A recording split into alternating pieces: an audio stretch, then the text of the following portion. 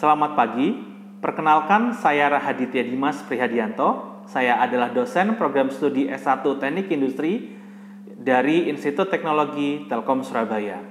Saya menyelesaikan S1 dan S2 saya di program studi Teknik Industri dari kampus Institut Teknologi 10 November Surabaya. Bidang keahlian saya adalah Operation and Supply Chain Management yang mempelajari bagaimana sebuah perusahaan melakukan manajemen pada perusahaannya, memastikan sektor hulu atau upstream hingga sektor hilir atau downstream dapat berjalan sebagaimana mestinya, guna memastikan produk dan jasa dapat dikirimkan kepada konsumen pada waktu yang tepat, jumlah yang tepat, serta lokasi yang tepat.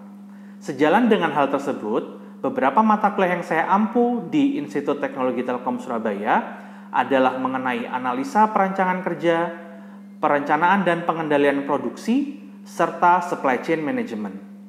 Pada kesempatan kali ini, saya akan menampilkan bagaimana salah satu mata kuliah saya, yaitu supply chain management, akan saya berikan, serta saya akan menampilkan contoh bagaimana perkuliahan supply chain management saya laksanakan di program studi S1 Teknik Industri di Institut Teknologi Telkom Surabaya.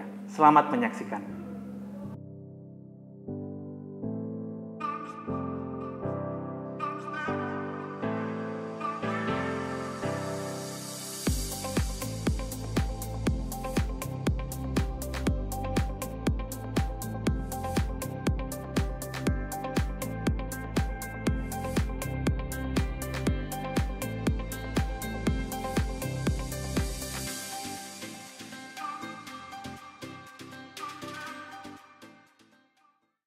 Bismillahirrahmanirrahim. Assalamualaikum warahmatullahi wabarakatuh.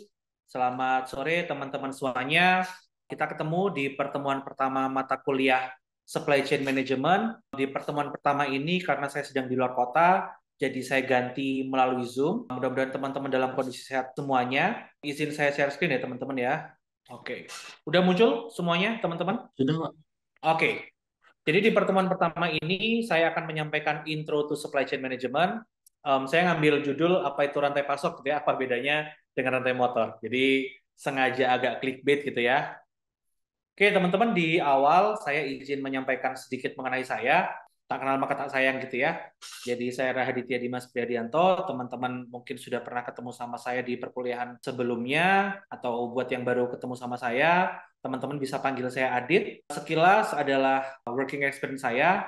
Saya juga pernah terakhir di Kepala Bagian Logistik kita Telkom Surabaya. Saat ini saya di Dekan Fakultas Teknologi Elektro dan Industri Cerdas. Di mata kuliah ini, teman-teman mendapatkan salah satu orang pengajar yang punya sertifikasi di bidang ini juga. Jadi saya merupakan holder di Certified Supply Chain Analyst dari ISCEA. Jadi teman-teman mudah-mudahan bisa dapat added value yang lebih ya daripada kampus lain mungkin. Teman-teman bisa reach saya melalui LinkedIn maupun email, ada di sini ya. Oke, teman-teman, sebelum saya melangkah lebih lanjut, saya akan menyampaikan sedikit mengenai deskripsi mata kuliah. Apa sih rantai pasok atau supply chain management gitu ya yang ada di Teknik Industri di ITB Telkom Surabaya. Jadi pada perkuliahan ini nanti secara umum akan dibahas mengenai berbagai entitas dalam rantai pasok, baik yang merupakan antara pemain yang memengaruhi struktur rantai pasok. Jadi teman-teman akan saya kenalkan apa saja sih pemain dalam rantai pasok gitu ya. Selain itu nanti teman-teman juga akan belajar mengenai aspek teknis, menganalisa jaringan, distribusi gitu ya. Kemudian sampai ke aspek manajemen untuk membuat keputusan berdasarkan analisa baik kuantitatif maupun kualitatif ya. Harapannya ada dua teman-teman gitu ya. Setelah teman-teman ngambil mata kuliah ini, teman-teman mampu menjelaskan mengenai konsep rantai pasok serta penggerak atau drivers ya, nanti saya mengistilahkannya, kemudian jaringan distribusi, serta isu rantai pasok global. Yang kedua, teman-teman dapat mendesain dalam rangka pengambilan keputusan berdasarkan constraint dalam skema manajerial rantai pasok. Kemudian dari dua capaian mata kuliah itu, target tadi itu, saya bagi ke 9 bahan kajian, atau saya sebut dengan sub capaian mata kuliah. Jadi teman-teman mampu mengetahui konsep rantai pasok, memahami driversnya, kemudian memahami ragam jaringan distribusi, bisa menganalisa distribution network, kemudian teman-teman paham dan tahu konsep rantai pasok global serta sustainability yang menjadi isu sekarang gitu ya.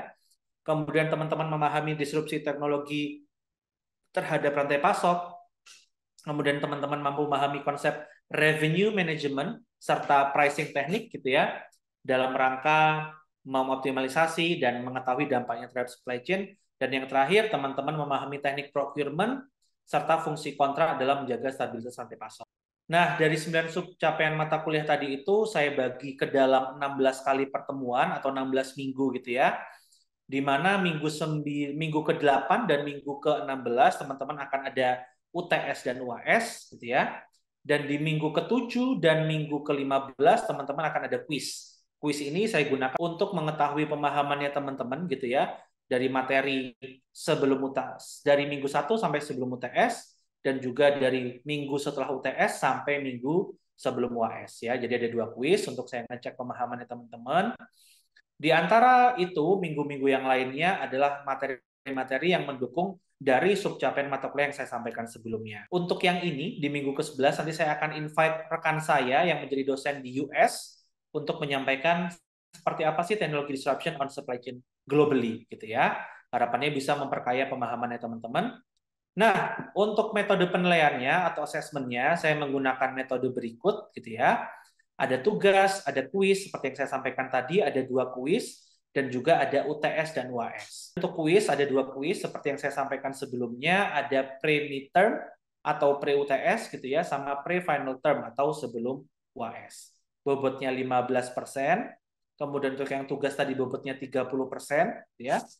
Sementara untuk UTS dan UAS, UTS-nya 25% dan UAS-nya 30%. Ya.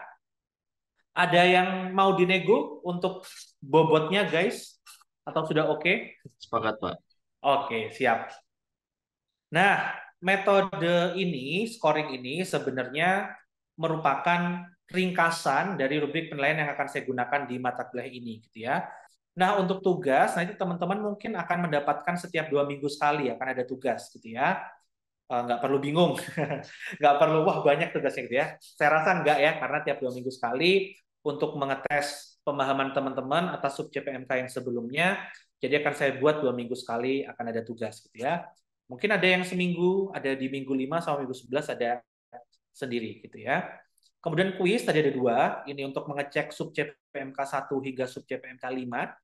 Kemudian untuk yang kuis 2, ini untuk mengetes sub CPMK 6 hingga sub CPMK 9, ya, pre-midterm sama pre-final term. Kemudian yang midterm test, ini untuk mengetes pemahaman teman-teman dari minggu 1 sampai minggu 7, dan final term untuk mengetes pemahaman teman-teman dari minggu 9 hingga minggu ke-15. Ya. Overall itu yang perlu teman-teman pahami ya, artinya yang saya lakukan pembobotan di sini itu sudah mendasarkan pada target saya untuk memahamkan 9 sub CPMK ini kepada teman-teman. Ya. Nah, untuk metode pembelajaran, saya akan menggunakan 2 metode, teman-teman. Ada yang sifatnya sinkronus, ada yang sifatnya asinkronus. Ya. Sinkronus itu adalah metode pembelajaran yang seperti ini, tatap muka gitu ya, baik yang dilakukan di kelas secara offline maupun online via Zoom, ya, seperti yang kita lakukan pada saat ini. Kemudian asinkronus, nanti mungkin saya akan recording material kalau misalnya saya pada saat hari perkuliahan yang sekarang ya, kita kan di hari Jumat dari jam 3 sore hingga jam 5 sore. Ya. Jadi kalau misalnya saya nggak bisa pada jam tersebut, saya akan berusaha record sebelumnya, kemudian saya akan share pada waktu pembelajaran kita, gitu ya. Atau misalnya saya diundang ke seminar atas materi mungkin yang relate pada salah satu minggu atau sub CPMK kita, nanti akan saya share untuk teman-teman pelajari, gitu ya. Artinya kita mencoba mengusung metode pembelajaran yang sifatnya student center learning. Artinya saya berusaha memfasilitasi teman-teman, tapi kalau teman-teman mau go deeper gitu ya, mau belajar lebih dalam, maka teman-teman itu adalah hak teman-teman dan kapasitasnya teman-teman gitu ya. Berikutnya untuk case atau project based learning ini yang akan saya berikan ketika tugas kelompok gitu ya. Saya mungkin akan memberikan case yang bisa teman-teman breakdown sesuai dengan mata kuliah atau section yang akan kita pelajari gitu ya. Kemudian teman-teman buat dalam presentasi, nanti akan teman-teman present ke saya gitu ya. Nah, untuk aturan perkuliahan, no cell phone ya teman-teman ya during class. Kemudian untuk kehadiran mahasiswa minimal 80%. Allowance terlambat, nah ini penting ya teman-teman, maksimal 15 menit saja. Setelah itu teman-teman tetap boleh ngikuti, tapi sorry saya nggak bisa absen teman-teman gitu ya. Berikutnya teman-teman harap berpakaian yang pantas dan rapi ya. Jangan menggunakan kaos ya sama sandal jepit lah ya.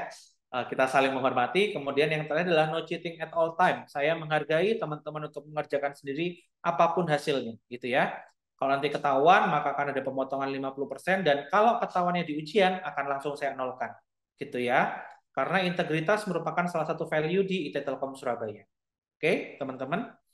Ini referensi yang bisa teman-teman gunakan, ada yang berbahasa Inggris, bisa pakai Sunil Chopra. Kalau yang mau berbahasa Indonesia, teman-teman bisa pakai bukunya Inyoman Pujawan. Ya. Selain dua buku ini boleh sebagai penambah referensinya teman-teman, tapi mainly saya akan banyak menggunakan dari dua buku ini. Ya. Oke, itu tadi sedikit pengantar teman-teman mengenai sekilas mata kuliah ini akan di-deliver seperti apa, dan sistemnya seperti apa gitu. Ada yang mau ditanyakan sebelumnya? Aman, Pak, Cukup? sepakat. Aman? Oke. Nah, hari ini saya akan memberikan beberapa materi, ya beberapa chapter. Ada mengenai introduction, kenapa kok disebut rantai pasok, gitu. Kemudian pemainnya ada apa saja, seperti yang saya sampaikan sebelumnya. Kemudian aliran dalam rantai pasok, kemudian strateginya, hingga topik-topik yang nanti ada dalam rantai pasok selama 15 minggu ke depan kita akan berkuliah. Ya. Nah, tadi di awal saya mancing gitu ya. Apa sih bedanya rantai motor sama rantai pasok gitu ya? Nah, kalau dilihat dari strukturnya, sebenarnya strukturnya sama ya guys ya, yang sebelah kiri dan sebelah kanan. Meskipun keperuntukannya berbeda gitu. Nah, sebenarnya kenapa disebut rantai? Karena memang secara struktur dia berantai gitu ya. Dari satu blok, dari satu chain ke chain yang lain dia saling terkoneksi. Nah, kemudian kenapa kok disebut pasok gitu ya? Karena sebenarnya rantai ini menghubungkan antara satu pemasok dengan pemasok yang lainnya. Saya kasih contoh. Misalnya saya jualan donat nih, gitu ya. Saya jualan donat, kemudian saya butuh pemasok atau supplier tepung nih, gitu ya. Maka saya mungkin akan kontak Bogasari gitu misalnya. Mas, tolong dong kirimin saya secara reguler gitu ya. Tiap bulan 100 kilo tepung misalnya. Oke. Artinya saya adalah pemasok donat untuk orang lain gitu ya. Bisa untuk Mas Dewa, bisa untuk toko roti gitu misalnya. Artinya di satu sisi saya pemasok meskipun saya produksi gitu ya. Kemudian si Bogasari tadi merupakan pemasok saya sehingga saya istilahkan Bogasari adalah pemasoknya pemasok. Bogasari yang bikin tepung, dia butuh pemasok gandum, guys. Nah, maka dia butuh pemasok atau supplier gandum sehingga diistilahkan sebagai pemasoknya pemasok gitu kan. Karena dia kan masuk ke Bogasari tadi gitu ya. Jadi bertingkat-tingkat nih gitu ya pemasoknya pemasok. Nah, gandum tadi pasti butuh petani nih yang menyuplai gandum ke perusahaan itu tadi gitu ya. Sehingga petani disebut sebagai pemasok. Nah, gitu ya. Jadi sebenarnya rantai ini mewakili hubungan antara pemasok. Oleh karena itu, istilahnya disebut sebagai rantai pasok atau dalam bahasa Inggris kita istilahkan sebagai supply chain. Gitu ya, teman-teman ya. Jadi istilah rantai pasok karena dalam satu struktur terdapat beberapa pemasok yang saling bekerja sama ya dalam hubungan rantai tadi ini gitu ya. Nah, kalau misalnya saya simplifikasi gitu ya, maka tadi ada supplier, kemudian ada supplier, kemudian ada supplier gitu ya. Jadi ada pemasok, ada pemasok gitu ya. Nah, ini kalau kita melihatnya dalam skop supplier gitu ya. Nah, realisasinya teman-teman, pada realisasi rantai pasok ini tidak semuanya kan kita sebut sebagai supplier. Ada istilah-istilah common atau istilah-istilah umum yang sering digunakan untuk mengganti gitu ya, mengganti istilah supplier karena kan terlalu panjang ya. Supplier terlalu panjang juga gitu ya.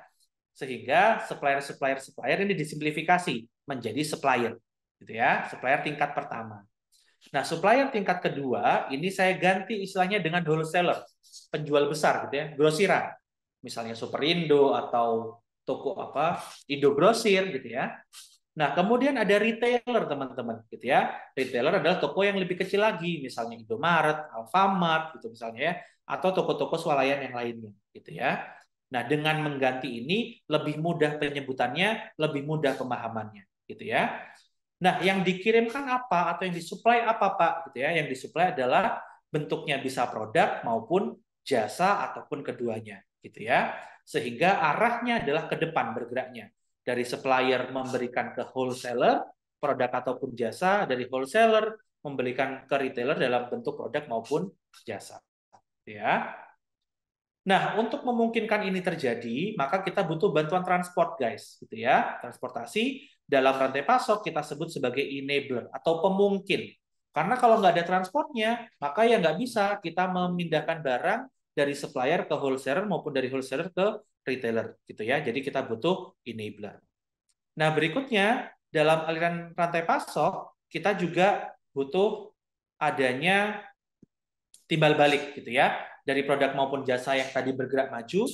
Nah, biar bisnisnya jalan, maka kan harus ada transaksi ya guys ya. Nah, untuk memungkinkan transaksi, maka kita harus ada uang yang kembali gitu ya. Misalnya dari retailer ke wholesaler, dan juga dari wholesaler ke supplier.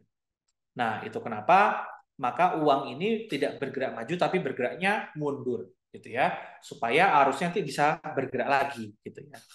Nah, ada satu entitas yang disebut informasi ini bergeraknya maju dan mundur ya. Ada dua anak panah di sini ya. Kira-kira ada yang tahu nggak kenapa kok informasi ini harus bergerak maju dan harus bergerak mundur? Anyone? Ayo boleh satu orang. Ada yang tahu alasannya kenapa kok informasi harus maju dan mundur, guys? Supaya tidak terjadi miskomunikasi, Pak. Oke, boleh, boleh. Nah, kalau informasi ini bisa bergerak maju dan bisa bergerak mundur gitu ya, ini kan kita memudahkan informasinya bergerak gitu ya, agar tadi pertama tidak ada miskomunikasi. Atau kedua, biar kita tahu nih konsumen tuh maunya produk apa sih gitu ya. Begitupun kita dengan informasi bergerak maju, kita bisa menginfokan konsumen bahwa ini loh tren handphone sekarang gitu ya, ini loh tren baju sekarang gitu ya. Itu kenapa informasi urgent untuk bisa bergerak maju dan mundur. Nah, kalau saya gambarkan dalam peta besarnya, mungkin kurang lebih seperti ini ya guys ya. Ada vendor, ada warehouse, ada factory, dan ada transportation sebagai enabler di sini. Ya. Aliran informasinya bergerak maju dan mundur, aliran produknya maju, aliran uangnya mundur. Gitu ya. Nah, kemudian saya akan menyampaikan sedikit mengenai strategi dalam berantai pasok. Ada 3 yang perlu teman-teman tahu gitu ya. Jadi sebenarnya banyak, tapi ada 3 hal yang perlu teman-teman tahu. Yang pertama adalah biaya. Oke. Nah, strategi dalam rantai pasok yang menekankan pada biaya itu adalah kalau misalnya ketidakpastian permintaannya teman-teman rendah, sementara kuantitas permintaannya tinggi, gitu ya. Contoh produknya apa, Pak? Misalnya contoh produknya adalah yang produk-produk sifatnya FMCG, seperti sampo, pasta gigi, deterjen, gitu ya. Nah, itu adalah perusahaan yang membuat atau memproduksi FMCG. Nah, perusahaan tersebut sebaiknya menerapkan cost efisien karena ketidakpastiannya kan rendah. Setiap bulan orang pasti akan beli gitu ya. Kalau belanja bulanan pasti beli sampo, pasti beli pasta gigi. Artinya hampir selalu pasti orang itu akan beli gitu ya. Dan kuantitas permintaannya akan selalu tinggi kalau kita agregasikan gitu ya se-Indonesia atau se-Surabaya gitu ya. Maka kita akan mendapat kuantitas permintaan yang tinggi. Sehingga rantai pasok kita harus kita lakukan dengan cost efisien, dengan biaya sekecil mungkin. Kenapa? Karena harga produknya nggak tinggi, guys, gitu ya. Persaingannya kan ketat ya. Banyak produsen pasta gigi, banyak produsen sampo, banyak produsen sabun, gitu ya. Kalau harganya ketinggian, ya nggak ada yang mau beli, gitu ya. Sehingga untuk menjaga produknya bisa tetap rendah, maka rantai pasoknya juga harus dilakukan secara efisien, gitu ya. Nah, strategi yang kedua adalah responsif, ya. Nah, sebelum saya menjabarkan responsif, teman-teman ada yang bisa membedakan nggak? Ini ada gambar 4 wanita gitu ya dengan busananya masing-masing. Kira-kira ada yang bisa membedakan 4 wanita ini busananya kok beda-beda tuh? Kenapa sih? Ada nggak? Materialnya, Pak. Emangnya kenapa Mas Fahri materialnya? Materialnya beda-beda. Dari desain, Oke, gitu, Pak. hampir. Jadi sebenarnya secara bahan beda itu benar. Karena baju-baju ini didesain untuk luar negeri. Jadi kalau teman-teman lihat ya, ini kan tebel nih. Karena memang keperuntukannya buat musim dingin ya. Kemudian yang ini agak tebel nih. Mungkin dia musim gugur gitu ya. Nah, sementara yang ujung kiri dan ujung kanan mungkin ini musim semi, ini musim musim panas gitu ya. Nah, jadi masing-masing punya desain sendiri-sendiri sesuai dengan materialnya tadi yang disampaikan Mas Fahri gitu ya. Nah, kalau kita di Indonesia mungkin nggak banyak. Musimnya cuma dua gitu. Kalau nggak panas, ya panas banget gitu ya. Nggak hujan ya guys ya. Kalau nggak musim panas, ya musim hujan gitu ya. Nah, kalau luar negeri kan ada 4 musim.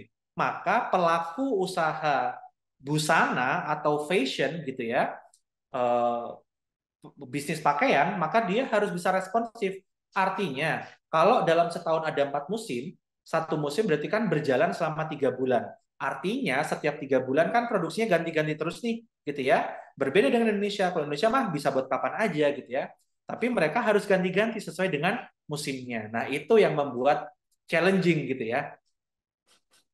Nah, kemudian biasanya bisnis yang responsif mereka akan menekankan pada proses yang disebut dengan pull processes ya. Artinya dia akan menarik nih ya. Pull kan tarik ya. Jadi dia akan menarik maunya konsumen seperti apa, kemudian lalu kita bikin siklus pengadaannya dan produksinya gitu ya. Artinya dia dilakukan ketika customer order itu datang gitu. Oh, kayaknya ke depan mau ada eh, musim salju nih gitu ya. Yaudah kita coba tarik maunya konsumen seperti apa, kemudian kita coba buat seperti maunya mereka gitu ya. Nah, itu yang biasanya dilakukan oleh perusahaan-perusahaan yang memiliki strategi responsif gitu ya. Nah, berikutnya. Yang ketiga adalah strategi pembeda atau differentiation. Di depan teman-teman, ya di layarnya teman-teman, ada 2 cewek nih ya. Yang sebelah kiri adalah Ariana Grande, yang sebelah kanan adalah Billie Eilish. Ada yang bisa bedain nggak? 2 orang ini apa bedanya gitu ya? Bedanya apa? Jenis Oke. musik. Oke, jenis musik. Oke. Nah, bersangkutan atau berkaitan dengan jenis musik ya guys ya. Jadi kalau teman-teman rasakan Ariana Grande gitu kan musiknya mellow gitu ya, kemudian suaranya tinggi, suaranya merdu gitu ya. Tiba-tiba ada Billie Eilish gitu ya, yang suaranya rendah, musiknya R&B, terus kadang-kadang artikulasinya nggak seberapa jelas gitu ya. Tapi kemarin ketika Grammy dapat banyak banget pialanya gitu ya. Artinya Billie Eilish tuh datang ke pasar dengan sesuatu yang beda guys. Dari yang dalam tanda kutip pakemnya market tuh kayak gini loh. Tapi dia mencoba membongkar pakemnya market dengan menawarkan suatu hal yang baru. Billie Eilish bukan yang pertama. Sebelumnya teman-teman kalau ingat ada PSY ya, ada Psy dari Korea. Ketika yang lain itu cowoknya ganteng-ganteng yang nyanyi gitu ya. Dia datang tiba-tiba dengan goyang Gangnam Style-nya gitu ya. Tapi itu yang membuat dia berhasil buat dinner sama Barack Obama pada saat itu gitu ya. Artinya menjadi berbeda itu nggak ada masalah guys gitu ya. Nah contoh ini, sama-sama lift, tapi yang satunya tertutup, yang satunya terbuka. Orang yang di dalam tahu di luar sedang terjadi apa gitu ya. Sebenarnya sama-sama lift nih gitu ya. Nah, tapi dengan kita melakukan inovasi pada produk, sehingga kita bisa menambahkan value. Akhirnya produknya bisa jadi lebih mahal daripada sebelumnya. Dan kita bisa memenangkan market nih, karena orang jadi tertarik gitu kan. Nah, strategi ini biasanya kita perlu mendapatkan yang namanya competitive advantage. Ya, artinya kemampuan untuk menarik konsumen dengan tetap mempertahankan konsumen sebelumnya dari kompetitor. Ya, jadi kita harus ada yang berbeda dengan kompetitor kita gitu ya. Nah, itu yang disebut dengan competitive advantage. Selain itu, kita perlu menonjolkan yang namanya uniqueness selling point gitu ya. Unique selling point itu apa, Pak? Nilai yang menempel pada produk kita yang membedakan dengan produk kompetitor sehingga membuat konsumen merasa produk kita adalah produk yang gue banget ya. Teman-teman mungkin dulu pernah nyobain produk yang namanya MP4 gitu ya. Ada produk gadget kecil gitu ya buat teman-teman naruh lagu. Kemudian iPhone mengeluarkan produk yang namanya iPod gitu ya. Di mana produk MP4 sebelumnya berusaha untuk mewarnai hitam headphone-nya, tiba-tiba iPhone membuat headphone-nya si iPod itu berwarna putih. Sejak saat itu banyak sekali produsen yang membuat headphone-nya berwarna putih agar produknya dikira iPod gitu ya. Nah, itu beda lagi kan? Jadi konsepnya adalah beda. Nah, ketika orang pakai putih headphone-nya, maka dikira dia kan pakai iPod gitu ya. Artinya dia berusaha menciptakan produk yang gue banget gitu. Jadi ya aku ya iPhone gitu ya, karena headphone saya putih. Gitu. Nah, itu juga yang merupakan nilai jual atau hal yang harus di-emphasize kalau kita mengambil strategi pembeda. Nah, ini beberapa topik lain yang akan kita bahas selama 15 minggu ke depan, guys. Ada strategi transportasi, ada strategi lokasi yang akan kita pelajari ke depannya. Nah, di akhir, sebelum saya akhiri sesi saya, ada 2 video yang saya ingin teman-teman untuk coba tonton. Ya. Setelah itu tolong teman-teman buat essay-nya ya dalam 1 lembar A4 maksimal 2 halaman. Setelah itu nanti kita kumpulkan di minggu kedua, gitu ya. Oke, saya stop share dulu. Mau ada yang ditanyakan nggak, guys? 1 orang penanya mungkin boleh. Oke, silahkan Mas Noval. Saya mau bertanya, Pak, apakah Boleh. bisa ya, Pak, strategi supply chain itu dikombinasikan, Pak? Makasih, Pak. Oke, sip, thank you. Pertanyaannya bagus ya. Tadi misalnya Mas Noval mau mengkombinasikan antara strategi cost sama strategi diferensiasi gitu misalnya. Nah, kalau yang itu masih mungkin, Mas, digabungkan. Cost sama diferensiasi, masih mungkin. Tapi kalau cost sama responsif, ini 2 hal yang berbeda antara kutub utara sama kutub selatan gitu ya. Nah, ini nggak bisa digabungkan. Teman-teman harus pilih salah satu. Tapi kalau diferensiasinya mau digabungkan dengan salah satu strategi cost maupun responsif, itu bisa. Gitu ya. Oke, mungkin saya buka 1 pertanyaan dulu teman-teman ya untuk Mas Noval. Saya harus akhiri untuk sesi sore hari ini ya. Terima kasih buat teman-teman yang sudah join. Kita ketemu lagi di hari Jumat depan ya, insya Allah. Mudah-mudahan sedikit yang saya sampaikan manfaat. Kita ketemu lagi minggu depan. Akhir kata, wassalamualaikum warahmatullahi wabarakatuh. Bye-bye. Thank you guys. Waalaikumsalam Waalaikumsalam warahmatullahi warahmatullahi wabarakatuh. Saya Terima end kasih. meeting ya. Yuk.